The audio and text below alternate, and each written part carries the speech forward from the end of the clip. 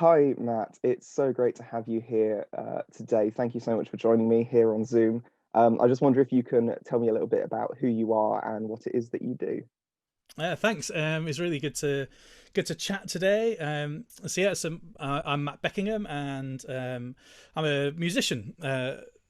So ordinarily, I'd be outside of COVID and social distancing and all the rest of it. I'd be spending my time visiting different choirs and bands and orchestras and things, and get the real privilege of being able to work with lots of different groups and make music. And ordinarily, I have the great joy of being able to work with large groups of musicians and singers, and so that would be my normal life, working as a conductor and as a chorus master, and then a little bit of time to spent at home orchestrating, so writing music for orchestra, and so that's a great joy.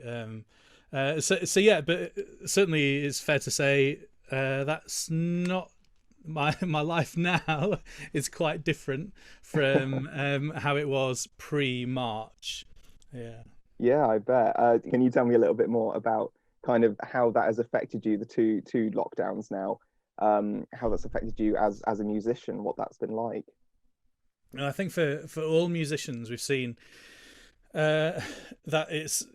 I mean, it had such an impact because not only during lockdown, when obviously everybody couldn't do what they were ordinarily doing, that actually singing, and the vast majority of my work is with choirs and with singers, and singing now is such a tricky thing to be able to manage in the kind of physical world, as we know through churches and our sung worship within churches, and so I mean, simply, I haven't had an in-person rehearsal since lockdown began back in March, and haven't had a concert since then, of any description really.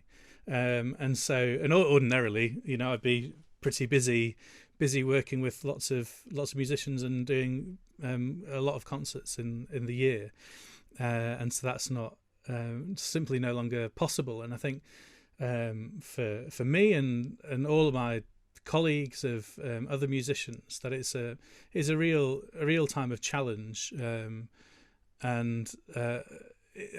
it's such a tricky thing that this time when you see my friends who are so well established within the industry actually just really struggling, frankly, to be able to find find work and find out what this new way of working is going to be.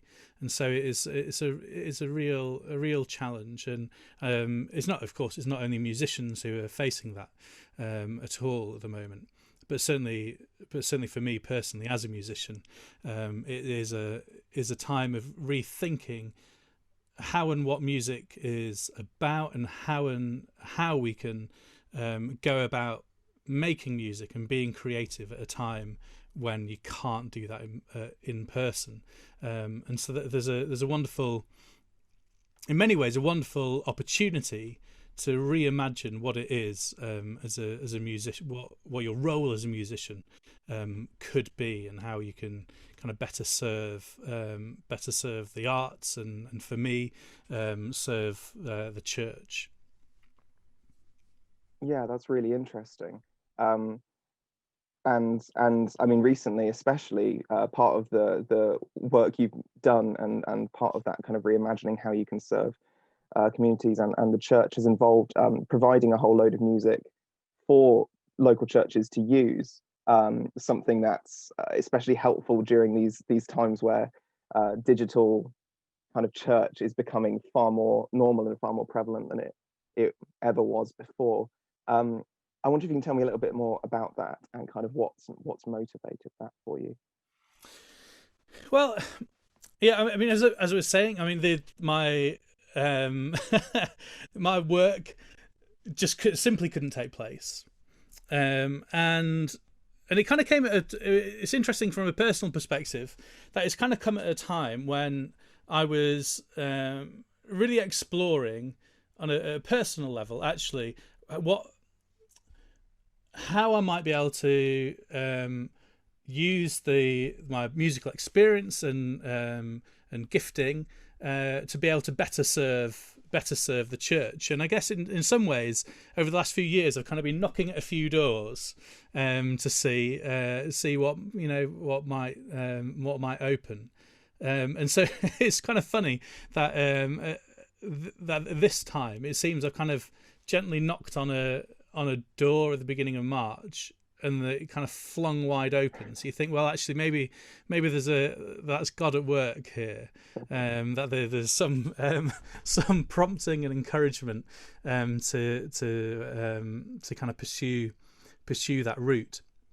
And so so at the beginning of March, I got in touch with my friend, Reverend Wayne Grucock, and who runs 12 Baskets and the Vine at Home, and just dropped him a text and said, I'm going to be quite quiet over the next little while, and I'd love to be able to, I know you're going to be running the Vine at Home and sending out resources for people to be able to worship at home. And if there's any way I can help and provide some of the musical sung worship resources, then I'd be really up for that. And it's kind of snowballed from there, really. And it's been amazing to see that nearly every week I've created two sung worship videos, so lyric videos of various different styles, but all from Singing the Faith. And so it's been really good to kind of to build that resource of videos of music that and particularly actually the words in Singing the Faith, where we might have seen some kind of slight changes to the text within Singing the Faith versus hymns and psalms in the past, and therefore other available videos. So it's been really nice to be able to record these videos as we know them in our home churches now from Singing the Faith. And so over the last few months, I think we've got to around about 60-ish videos, something like that, that are available now. And so it's been great to be able to do that, and I hope it's of use to individuals and churches for kind of corporate worship, however that might look at the moment. Yeah. That's amazing, and I love the idea of kind of knocking on all these doors until one is flung wide open. You're kind of inundated by this flood of direction that you're suddenly going in. I wonder if you can talk a little bit about kind of your faith and music and how those two things are intertwined for you. I guess it's been for many years, having been brought up in a loving Christian home, and so church has always been kind of part of my journey to some degree or other, but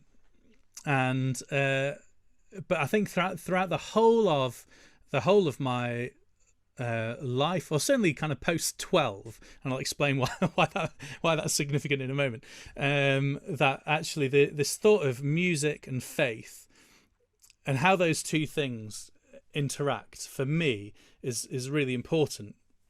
And so the reason why I say kind of post 12 is that I was a chorister at Manchester Cathedral, which was a really great experience. I mean, they often say a choristership is the best training you can ever have for a life as a professional musician, because the hours are long and you have to work hard and all the rest of it. And so I had a really fantastic time as a chorister in Manchester. But there was one event which particularly was forming for me in terms of the role of my faith within the music that I make, whether that be music within the church or actually music more in general within concerts and with whatever else it may be.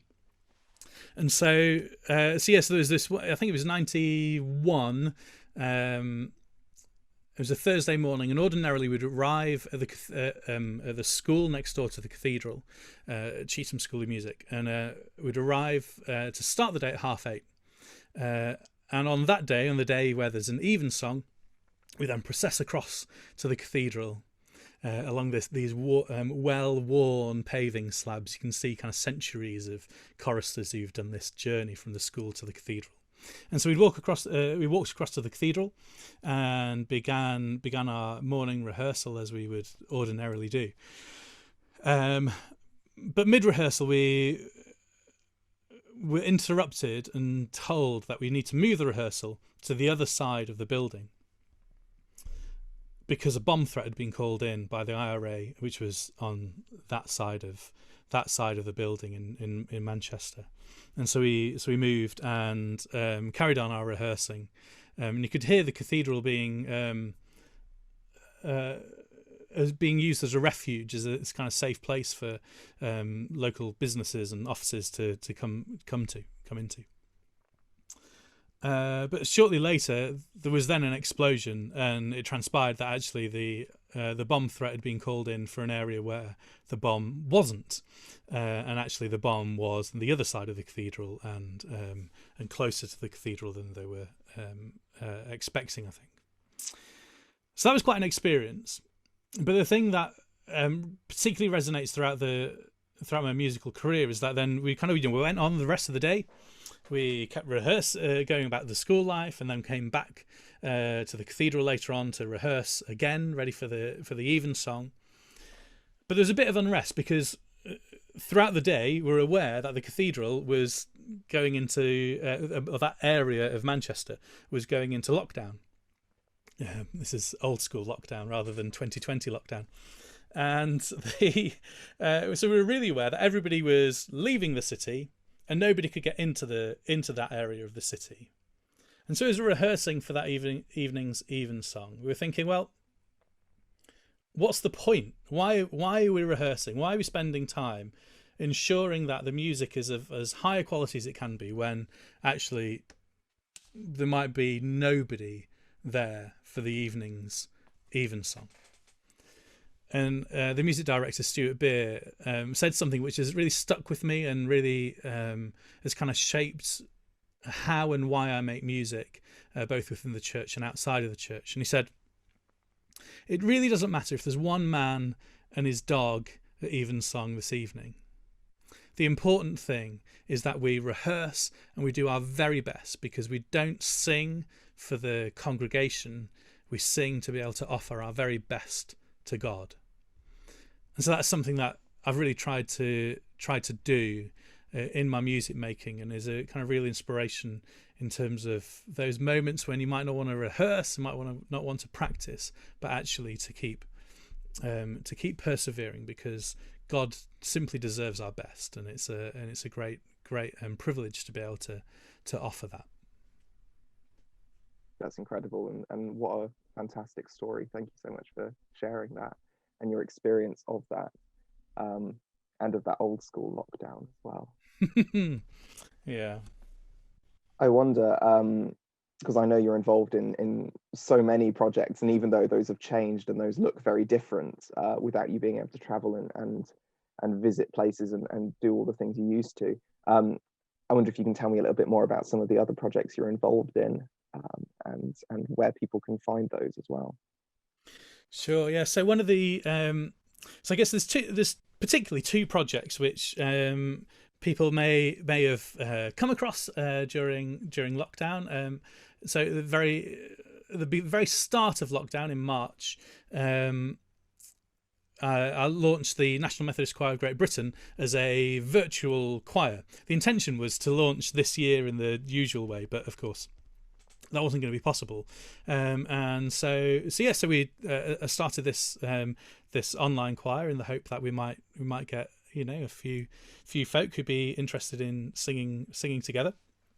And that seems to have really blossomed, and we've had some amazing experiences. I mean, the choir's grown way beyond any of my expectations. That I mean, not everybody sings in every single video. You need to make that clear. But I think there's 1,600 singers have kind of signed up and kind of engaged with it in some way over the last few months.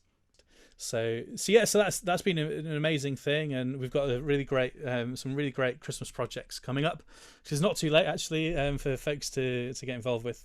And if you miss the Christmas projects, then there's all sorts of new ones coming up in the new year too.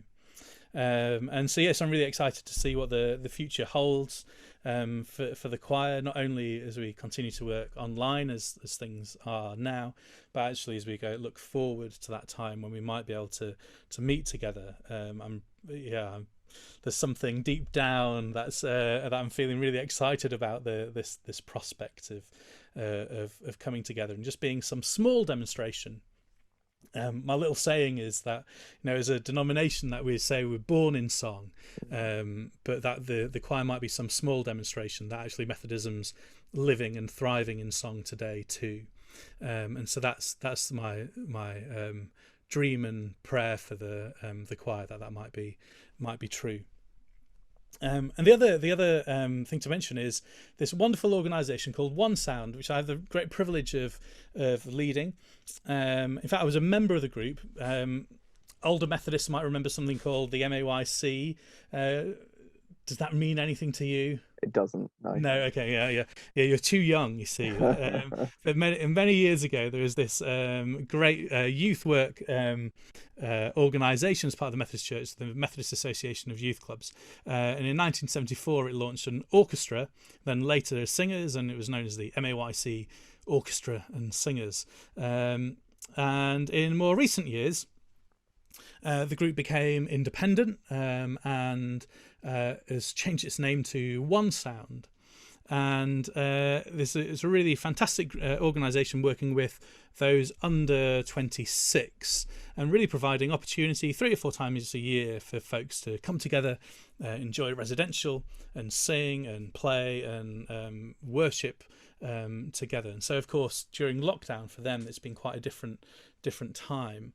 And so we've explored different online projects. And so this Christmas, we've got a project, One Sound Christmas, which is the theme for that is Hope is Here, and that's an online contemporary carol service, really designed for young people and led by young people. There's a lovely reflection from the Methodist Youth President, Phoebe, and we've partnered with Action for Children. So there's some really fantastic resources there about how you might want to support Action for Children and what they're doing this time of year. And so so it's been really great to create this resource of the carol service and then all the individual components and then a discussion guide too, so that churches might like to host One Sound without us actually having to come and sleep on your church hall floor, but actually you can just have us over the internet and enjoy the Zoom discussion and watch this carol service. So I hope that's something that'll be a real blessing for youth leaders and small groups and what have you. So so it's been amazing to see those two groups change and adapt and to try and serve the church better. That's fantastic. Thank you so much, Matt. It's been so great to talk to you today. Just before we go, I believe you have a song that is going to be that you want to share with us. I wonder if you can just give a little introduction to that before it plays. Yeah, sure. So one of the songs that's going to be up as part of this playlist that's available on Singing the Faith website, and you'll find the playlist there. And one of the songs that is available is a song called Our Calling, which of course for hopefully that's familiar words to us all.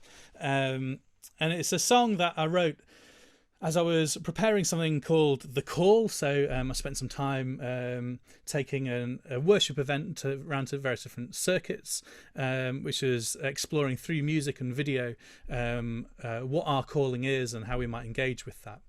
And so as I was preparing that whole evening, I was really thinking about actually what is it that our calling is all about? Who's it for? That I think it's easy to read the Our Calling statement and think, well, that's what the church is doing.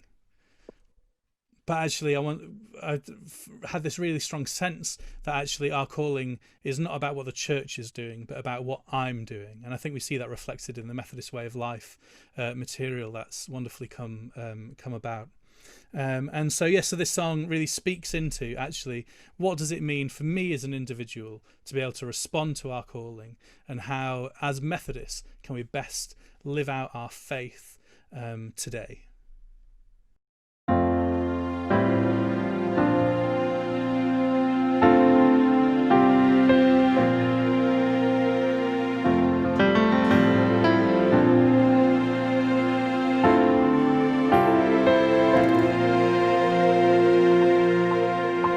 Our calling's for me, our calling's for you, our calling's for all the church.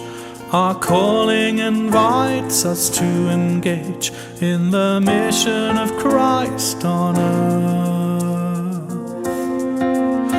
I'm called to worship God my King.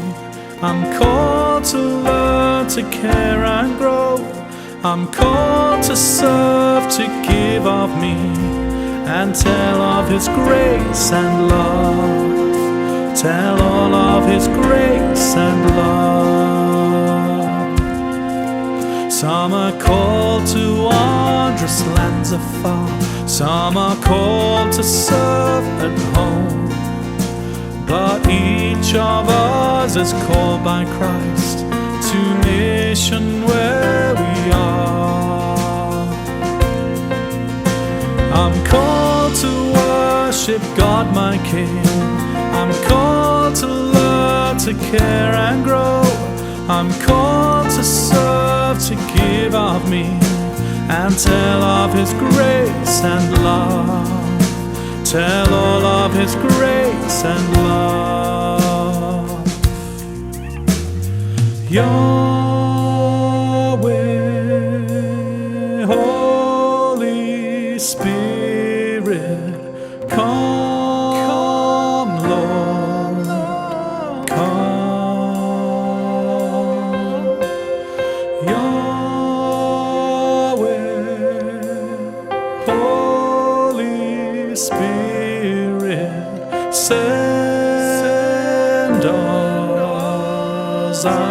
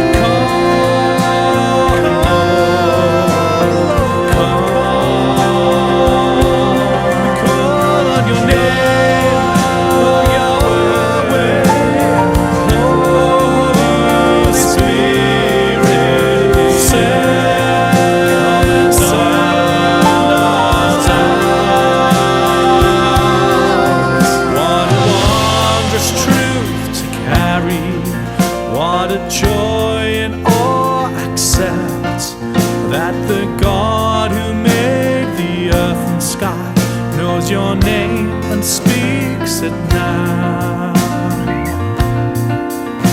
I'm called to worship God my King. I'm called to learn, to care and grow.